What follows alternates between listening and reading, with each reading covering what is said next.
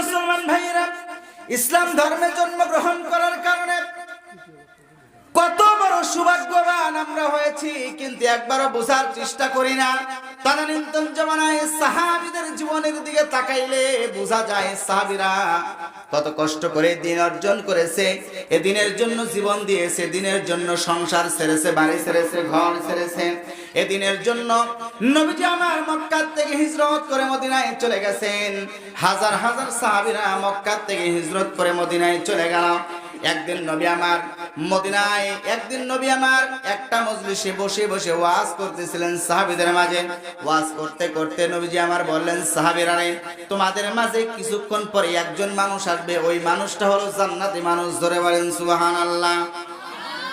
নবীজি আমার বলতেছেন, তোমাদের মাঝে কিছুক্ষণ পরে একজন মানুষ আসবে, যেই মানুষটা হলো আল্লাহর জান্নাতি মানুষ। প্রত্যেকটা সাহাবী আমার চাতক পাখির মতো একজন আরেকজনের মুখের দিকে তাকায়, একজন আরেকজনের মুখের দিকে তাকায়, আর বারবার রাস্তার দিকে তাকায়। নবীজি কোন সাহাবীর কথা বললো রে?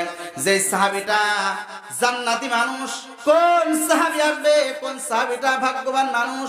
নবীজি বললেন, আমার সাহাবীরা তোমরা শোনো, এখনো তো বলা শেষ হয় নাই। এই ব্যক্তিটা ওযু করে আসবে, আর তার জামার এই হাতাগুলো জড়ানো থাকবে, হাত দিয়ে আর দাড়ি দিয়ে টপ টপ করে ওযুর পানিগুলো পড়তে থাকবে, আর তার হাতের মধ্যে জুতা দুইখানা ধরা থাকবে। নবীজি বললেন, কিছুক্ষণ পরে ওই ব্যক্তিটা তোমাদের মাঝে আসবে, ওই ব্যক্তিটা হলো জান্নাতি মানুষ। প্রিয় মুসলমান ভাইয়েরা, ওই দিন আলোচনা শেষ হয়ে গেল। প্রিয় মুসলমান ভাইয়েরা, ওই দিন আলোচনা শেষ হবে, কিছুক্ষণ পরেই দেখা গেল একজন মানুষ, নবীজি যেইভাবে বর্ণনা দিয়েছে ওই রকম ভাবে একজন মানুষ ওই দরবারে হাজির হয়ে গেল। মজলিস ভেঙে গেল। নবীজি দ্বিতীয় দিন আবার ওয়াজ করতেছিলেন, সাহাবীদের মাঝে বর্ণনা করলেন, সাহাবীরা রে, আজ তোমাদের মাঝে একজন মানুষ আসবে, ওই মানুষটা হলো আল্লাহর জান্নাতি মানুষ। জোরে বলেন সুবহানাল্লাহ। নবীজি বললেন, ওই ব্যক্তিটারও হাতগুলো গুছানো থাকবে, ওই ব্যক্তির হাত দিয়ে দাঁড়িয়ে দিয়ে ওযুর পানিগুলো টপ টপ করে পড়বে, হাতের মধ্যে জুতা দুইখানা ধরানো থাকবে। প্রত্যেকটা সাহাবী আজ অবাক হয়ে গেল। সাহাবীরা প্রত্যেকই রাস্তার দিকে শুধুমাত্র তাকায় বারবার। নবীজি আজকে আমার কোন সাহাবীর কথা বলবে, কোন সাহাবীর নাম নেবে? সাহাবীরা লক্ষ্য করে দেখলো, গতদিন যে এই ব্যক্তিটা এসেছে, আজও ওই ব্যক্তিটা এই মজলিসে এসেছে। ওই দিনও মজলিস ভেঙে গেল। তৃতীয় দিন আবার নবী একই কথা বললেন, তোমাদের মাঝে একজন আসবে, ও হলো আল্লাহর জান্নাতি মানুষ। প্রত্যেকজন সাহাবীর মাঝে একটা কৌতূহল সৃষ্টি হয়েছে, কে নবীজি আজও একই কথা বলতেছে, তাহলে দেখা যাবে আজ কোন ব্যক্তি আসে। কিছুক্ষণ পরে দেখা গেল ওই ব্যক্তিটাই আসছে। হযরতে আব্দুল্লাহ ইবনে উমর রাদিয়াল্লাহু তাআলা আনহু, উনি এবার কি করলেন, রাস্তা যখন মজলিস যখন ভেঙে গেল, তখন উনি ওই সাহাবী যার কথা নবীজি বললেন, ওই সাহাবী যখন বাইরের দিকে রাস্তা নেয়, হযরত আব্দুল্লাহ ইবনে উমর রাদিয়াল্লাহু তাআলা আনহু উনি ওনার পিছনে পিছনে রাস্তা নেয়। একটাই মাত্র উদ্দেশ্য ছিল, একটাই মাত্র কারণ ছিল, নবীজি সাল্লাল্লাহু আলাইহি ওয়াসাল্লাম ওই সাহাবীর কথা বললেন, ওই সাহাবীর জীবনে কি এমন আমল ছিল যে আমল থাকার কারণে নবীজি ওই ব্যক্তিকে জান্নাতি বলে ঘোষণা করলেন।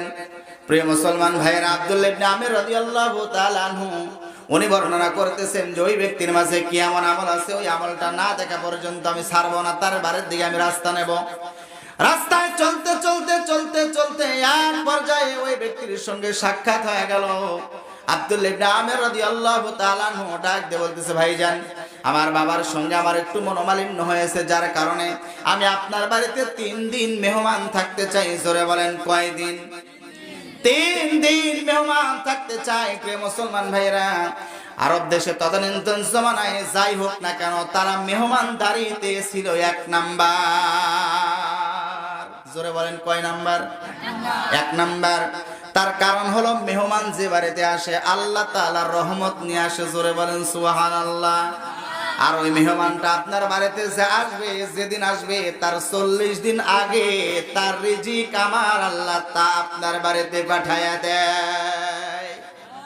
কিন্তু অনেক মানুষ আছে যারা বাড়িতে মেহমান আসা দেখলে মনে কষ্ট পায়, আছে না নাই ভাই? তবে আপনাদের এলাকায় নাই ভাই, যা আছে সব আমার দেওভোগে আছে। অনেক মানুষ আছে যারা স্ত্রীকে নিয়ে সন্তানদের নিয়ে বাসায় থাকে, তে মা বোনরা রাগ করবেন না, বড় কষ্ট লাগে। ওই মহিলা যদি শ্বশুর বাড়ির পক্ষের লোকজন আসে স্বামীর সাথে খুব রাগারাগি করে, হ্যাঁ, কিন্তু যখন তার বাবার বাড়ির থেকে লোকজন আসে খুব খুশি হয় আর স্বামীকে ডাক দিয়ে বলে যে আমার আত্মীয় এই খায় সেই খায়, এই নিয়ে আসো সেই নিয়ে আসো। কিন্তু যখন স্বামীর বোন স্বামীর আত্মীয় স্বজন যখন ওই বাড়িতে আসে তখন ওই স্ত্রী মনে খুব কষ্ট পায়, স্বামীর সঙ্গে খুব রাগারাগি করে। এমন মা বোনেরা আমার মনে হয় এ চকচকে এলাকায় না থাকলে আমার দেওয়া ভাগে অভাব নাই ভাই। সাবধান হয়ে যান। বাড়িতে মেহমান আসলে খুশি হবেন, আল্লাহ শুকরিয়া আদায় করবেন। বাড়িতে যখন মেহমান আসবে তখন আপনি বুঝবেন যে আপনার উপরে আল্লাহ তাআলা রহমত আর বরকত নাজিল করবে। জোরে বলেন সুবহানাল্লাহ। তবে মা বোনরা আবার রাগ করবেন না, এটা তো আসলে বাস্তব কথা, কোন ঠিক কিনা?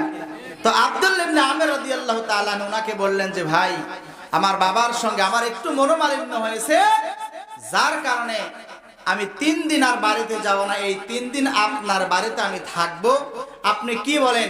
ওই ব্যক্তি আনসারী সাহাবী বলতেছেন ভাই আলহামদুলিল্লাহ, আমার কোনো আপত্তি নাই। আব্দুল্লাহ ইবনে আমির রাদিয়াল্লাহু তাআলা তার বাড়িতে চলে গেল। বাড়িতে যাওয়ার পরে দেখলো আল্লাহর নবী যে সাহাবীর কথা বলেছিল ওই সাহাবীর জীবনে কি এমন আমল আছে ওইটা দেখার জন্য তার বাড়িতে 3 দিন মেহমান থাকতে চায়। আপনারা নবীজির ওই সাহাবী জীবনে কি এমন আমল করেছিল ওইটা আমাদের জানার দরকার আছে না নাই? সবাই বলেন জানার দরকার আছে না নাই? কারা কারা শুনতে রাজি একটু আল্লাহকে 2 হাত তুলে দেখান। লিল্লাহে তাকবীর, লিল্লাহে তাকবীর। মাশাআল্লাহ, সবাই শুনবো তো নাকি? সবাই বলে ইনশাআল্লাহ। লা ইলাহা লা ইলাহা লা ইলাহা ইল্লাল্লাহ। মানে বকু ভাই দিছে 2000, মাসুদ 1000 আর সাইকুল এই 5000। বকু সাহেব জহুরুল ইসলাম বকু সাহেব 2000, সাইফুল ইসলাম ভাই 2000 আর মাসুদ ভাই 1000। লিল্লাহে তাকবীর, লিল্লাহে তাকবীর। দানবীর দানবীর জোরে বলেন মারহাবা, আর জোরে বলেন মারহাবা। রব্বুল আলামিন কবুল করেন মনের বাসনা। খানায় কাবা কালিয়ানি এতিমখানা মাদ্রাসার সেক্রেটারি রাফিজুল ইসলাম, কালিয়ানি মাদ্রাসার সেক্রেটারি রাফিকুল ইসলাম ভাই 1000 টাকা দিয়েছে। জোরে বলেন মারহাবা। রাফিজুল ভাই 1000 টাকা। জোরে বলেন মারহাবা। আল্লাহ তাআলা কবুল করে নেন, জীবনের গুনাহগুলো maaf করে দেন, জানেওয়ালা হায়াতের মধ্যে বরকত দান করে দেন। জোরে বলেন আমিন। বিশ্বনবী সাল্লাল্লাহু আলাইহি সাল্লামের দরবারে একজন সাহাবী আসলো। সাহাবী আসার পরে নবীজিকে ডাক দিয়ে বলে ইয়া রাসূলুল্লাহ, ইয়া হাবিবাল্লাহ, পেটের মধ্যে বড় ক্ষুধা, নবী গো তাড়াতাড়ি আপনি আমারে কিছু খাবার দেন। ফোন করে এটা, তাড়াতাড়ি আমারে কিছু খাবার দেন। নবীজি আমার জুব্বাখানা উঁচু করলেন, সাহাবীকে লক্ষ্য করে বললেন সাহাবীরে দেখো আমার পেটের মধ্যে কোনো খাবার নাই, পেটে পাথর বাঁধা আছে। তবে আমি এমন একজন ব্যক্তির কাছে তোমারে পাঠাইব, যেই ব্যক্তিটার কাছে যাওয়ার কারণে ওই ব্যক্তিটা তোমারে অর্থ দিবে, সম্পদ দিবে, টাকা পয়সা দিয়ে তোমারে সহযোগিতা করবে। নবীজি আমার হযরত আলী রাদিয়াল্লাহু তাআলা আনহুকে ডাক দিলেন, আলীর একখানা চিঠি লেখো। হযরত আলী চিঠি লিখতেছে, ওগো উসমান, আপনার কাছে নবীজি একজন সাহাবীকে পাঠাইতেছে, এই সাহাবীকে আপনার ধন ভান্ডার থেকে 2000 দিরহাম দান করবেন। জোরে বলেন কয় হাজার দিরহাম? 2000 দিরহাম দান করবেন। ইতি মুহাম্মাদুর রাসূলুল্লাহ সাল্লাল্লাহু আলাইহি ওয়াসাল্লাম লিখে চিঠিখানা বাস করে দিয়ে ওই সাহাবীর হাতের মধ্যে দিয়ে দিল নবীজি। নবীজি বললেন সাহাবীর এই চিঠিখানা নিয়ে হযরত উসমান গনির কাছে চলে যাও। প্রিয় মুসলমান ভাইরা, হাদিসটা লম্বা চওড়া, সংক্ষেপে বলি। এক পর্যায়ে ওই সাহাবীটা হযরত আলী রাদিয়াল্লাহু তাআলা আনহুর চিঠিখানা নিয়ে চলে গেলেন হযরত উসমানের দরজায়। যাওয়ার পরে ঘটনাক্রমে চিঠিখানার হযরত উসমানকে দিলেন না, চলে আসলেন। এখানে আরো কিছু কথা আছে। দ্বিতীয় দিন ওই দিন নবীর কাছে আসলো, নবীজিকে বলল, ইয়া রাসূলুল্লাহ, কোন ব্যক্তির কাছে আমাকে পাঠিয়েছেন? এই ব্যক্তিটা তো বড় কৃপণ মানুষ। নবীজি বললেন, তুমি আবার চলে যাও। আবার যাওয়া হলো, আবার ঘুরে চলে আসলো। সাহাবী বলতেছে, ইয়া রাসূলুল্লাহ, ইয়া হাবিবাল্লাহ, কোন ব্যক্তির কাছে পাঠিয়েছেন? এই ব্যক্তিটা তো বড় কৃপণ মানুষ। নবী বললেন, আবার তুমি তার কাছে যাও। আবার তার কাছে যাওয়া হলো। প্রিয় মুসলমান ভাইরা, পর 3 দিন ঘুরে আসলেন। ঘটনাক্রমে ঘুরে আসার পরে 4th দিন আবার চলে গেলেন। যাওয়ার পরে হযরত আলী রাদিয়াল্লাহু তাআলা আনহুর লেখা ওই চিঠিখানা নবীজির সাহাবী হযরতে উসমান গনি রাদিয়াল্লাহু তাআলা আনহুর কাছে যখন ধরায়া দিল, হযরত উসমান গনি রাদিয়াল্লাহু তাআলা আনহুর হাতের মধ্যে চিঠিখানা ধরায়া দেয়। নবীজির সাহাবী বলে, ও নবীজির সাহাবী হযরত উসমান, আপনি শুনেন, এই চিঠিখানা আল্লাহর নবী আমার হাতে দিয়ে বলেছেন, এই চিঠিখানা আমার উসমানের কাছে দিয়ে দিও। চিঠিখানা কার কাছে দিবে? উসমানের কাছে দিবে। হযরত উসমান গনি রাদিয়াল্লাহু তাআলা আনহু চিঠিখানা খুললেন। খোলার পরে দেখলেন, উসমান, তোমার কাছে আমি একজন সাহাবীকে পাঠাইলাম, এই সাহাবীকে তোমার ধন ভান্ডার থেকে 2000 দিরহাম দিয়ে দিও। হযরত উসমান গনি রাদিয়াল্লাহু তাআলা আনহু এটা দেখার পরে চুপ করে রইলেন না। উনি বললেন, নবীজির সাহাবী, নবীজি কি বলেছেন আমার সম্পর্কে? ওই সাহাবী বলতেছেন, নবীজি বলেছেন আমার উসমানকে এই চিঠিখানা দিও। বলে, থামো, তুমি এই কথাটাকে আবার বলতে পারো। বলে, নবীজি কি বলেছেন? বলে, নবীজি বলেছেন এই চিঠিখানা আমার উসমানকে দিও। 3 বার হয়ে গেল। প্রিয় মুসলমান ভাইরা আমার, হযরতে উসমান গনি রাদিয়াল্লাহু তাআলা আনহু ওই সাহাবীকে আবার প্রশ্ন করলেন, ও নবীজির সাহাবী, নবীজি আর কি বলেছে তুমি বলো। ওই সাহাবী বার বলতেছেন, উসমান রে, নবীজি বলেছেন এই চিঠিখানা আমার উসমানের কাছে দিও। হযরত উসমান পরপর 4 বার প্রশ্ন করলেন, একই কথা বারবার বলতেছেন। আবার 5ম বারে যখন এই কথা বললেন, ওই আগন্তুক সাহাবীকে যখন বললেন, নবীজির সাহাবী হযরতে বিশ্বনবী মুহাম্মদুর রাসূলুল্লাহ কি বলেছেন? এই আগন্তুক ডাক দিয়ে বলতেছে, ও নবীর সাহাবী, আপনি আমারে দান করবেন না বললেই তো হয়। তার মানে রাগ করে ফেলেছে। এই ব্যক্তি চিন্তা করতেছে হযরত উসমান হয়তো আমারে কোনো কিছু দিবে না। মনটা খারাপ করে উনি এবার বাড়ির দিকে রাস্তা নিল, চলে আসলো। হযরতে আলী রাদিয়াল্লাহু তাআলা আনহুর সঙ্গে রাস্তায় দেখা হয়ে গেল। হযরত আলীকে ডাক দিয়ে বলতেছেন, ও নবীজির সাহাবী, তোমার একটা চিঠিখানা লিখে দিলাম। ওই চিঠিখানা লিখে দিয়েছি, পরিশ্রম করেছি। তুমি তো 2000 দিরহাম পেয়েছ। ওই 2000 দিরহামের মধ্যে কি আমার কয়েকটা দিরহাম দেওয়া যায় না? আমি তো পরিশ্রম করেছি, তোমারে মহব্বত করে চিঠি লিখে দিয়েছি। নবীজির এই সাহাবী বলতেছে, ও আলী, এমন একজন কৃপণ মানুষের কাছে নবীজি আমারে পাঠাইলো, ওই সাহাবীর মতো কৃপণ মানুষ আমি আমার জীবনে আর দেখি নাই। বলে, কি হয়েছে? বিস্তারিত ঘটনা যখন খুলে বলল, ওই ব্যক্তি নবীজির দরবারে চলে আসলো। নবীজিকে বলতেছে, রাসূলুল্লাহ, এমন একজন কৃপণ মানুষের কাছে আপনি আমারে পাঠাইলেন। ওই সাহাবী তো আমারে কোনো দিরহাম দিলই না, বারবার শুধু প্রশ্ন করে, নবী কি বলেছেন? আমি বললাম, নবীজি বলেছেন এই চিঠিখানা আমার উসমানকে দিও। এই কথা বলার পর আমার থামায়া দেয়, আবার জিজ্ঞাসা করে, নবী কি বলেছে? বারবার শুধু একই প্রশ্ন করে। তার মানে উনি দিবে না বললেই তো হয়। আমি বিরক্ত হয়ে ফিরে আসলাম। নবীজি, এই সাহাবীর মতো কৃপণ মানুষ আর দুনিয়ায় কেউ নাই। মুসলমান আওয়াজ দিয়ে বলেন তো, হযরত উসমান কি আসলেই কৃপণ? হযরত উসমান গনি রাদিয়াল্লাহু তাআলা আনহু কৃপণ মানুষ নয়। নবীজি সাল্লাল্লাহু আলাইহি সাল্লামের দরবারে হযরত আলী রাদিয়াল্লাহু তাআলা আনহু সহ কথা আলোচনা হচ্ছিল।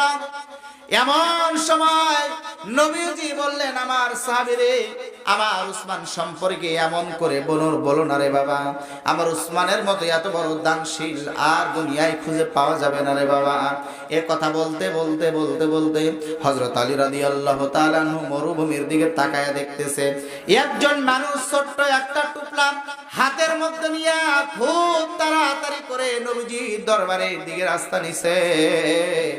নবীজি আর হযরত আলী রাদিয়াল্লাহু তাআলা আনহু ডাক দিয়ে বলে, ইয়া রাসূলুল্লাহ, ইয়া হাবিবাল্লাহ, যে উসমান সম্পর্কে আলোচনা হচ্ছে, আমার মনে হয় ওই যে দূর রাস্তায় দেখা যায় ওটাই হয়তো হযরত উসমান হবে। কথা বলতে বলতে হযরত উসমান নবীজির দরজায় হাজির হয়ে গেল। উসমান, তোমার কাছে আমার এই সাহাবীকে পাঠিয়েছিলাম রে বাবা, মাত্র 2,000 দিরহামের কথা বলেছিলাম, তুমি দাও নাই কেন? নবীজিকে এবার হযরত উসমান গনে ডাক দিয়ে বলে, ইয়া রাসূলুল্লাহ, ইয়া হাবিবাল্লাহ, চিঠিখানা আমি হাতের মধ্যে নিলাম। হাতের মধ্যে নেওয়ার পরে আমি দেখলাম ওই চিঠিতে মাত্র 2,000 দিরহামের কথা লেখা আছে। হুজুর, আপনি আমার কাছে এই সাহাবীকে পাঠিয়েছেন, আপনার ইজ্জত সম্মানের দিকে তাকায়া দেখলাম মাত্র 2,000 দিরহাম আপনার ওই চিঠির মধ্যে লেখা আছে, মাত্র 2,000 দিরহাম আমি কেমনে দেই? আমার বিবেকে বাঁধলো। এই জন্য বারবার বলেছি, নবীজি কি বলেছেন? ওই ব্যক্তি আমার যতবার বলেছে, নবী বলেছে এই চিঠিখানা উসমানকে দিও। এই কথা প্রত্যেকবার বলার কারণে আমি উসমান ওই 2,000 করে দিরহাম বাড়িয়ে দিয়েছি। জোরে বলেন সুবহানাল্লাহ। প্রশ্ন করেছিল 4 বার, উত্তর হয়েছে 4 বার, তাহলে 4 দুগুণ 8,000 দিরহাম। জোরে বলেন সুবহানাল্লাহ। হযরত উসমান এবার ওই টুপলাখানা নবীজির হাতের মধ্যে দিয়ে বলতেছে, ইয়া রাসূলুল্লাহ, এই যে নেন, এখানে 8,000 দিরহাম আছে, আমার এই দিনী ভাইকে আমি 8,000 দিরহাম দিয়ে দিলাম। জোরে বলেন সুবহানাল্লাহ। প্রিয় মুসলমান ভাইয়েরা, হযরত উসমান গনি রাদিয়াল্লাহু তাআলা আনহু, একদিন নবীজি বললেন, আমার সাহাবীরা যুদ্ধের জন্য কিছু অর্থের প্রয়োজন। হযরত আবু বকর তার সমস্ত সম্পদগুলো নিয়ে এসে দিল। হযরত ওমর রাদিয়াল্লাহু তাআলা আনহু তার সম্পদের 2য় ভাগ দিয়ে দিল। হযরত উসমান গনি রাদিয়াল্লাহু তাআলা আনহু তার সম্পদের 3 ভাগের 1 ভাগ দিয়ে দিল। জোরে বলেন সুবহানাল্লাহ। প্রিয় মুসলমান ভাইরা, আজকে আমি জানতে চাই, ওই উসমান গনি রাদিয়াল্লাহু তাআলা আনহুর সঙ্গে জান্নাতে যাওয়া মানুষ এখানে 2-1 জন আছে না নাই? কারা কারা হযরত উসমানের সঙ্গে জান্নাতে যেতে চান? একটু হাতটা উঁচু করে দেখান তো, একটু হাত উঁচু করেন। লিল্লাহে তাকবীর, লিল্লাহে তাকবীর। ওই উসমান গনি রাদিয়াল্লাহু তাআলা আনহু যেমন নবীজির ওই চিঠির বরকতে 8,000 দিরহাম দান করেছিল এতগুলো মানুষের মধ্যে, একজন মানুষ আমি চাই যে মানুষটাই কোরআনের ইজ্জতে 8,000 টাকা ওই হযরত উসমান গনির সঙ্গে জান্নাতে যাওয়ার জন্য, কবরস্থানের উন্নয়নের জন্য 8,000 দেওয়ার মতো সর্বপ্রথম কোন ব্যক্তি আছেন? মর্দে মুজাহিদ। একটু মেহেরবানি করে হাতটা উঁচু করেন তো, হুজুর আমি 8,000 টাকা দিয়ে দিলাম হযরত উসমান গনির সঙ্গে জান্নাতে যাওয়ার জন্য।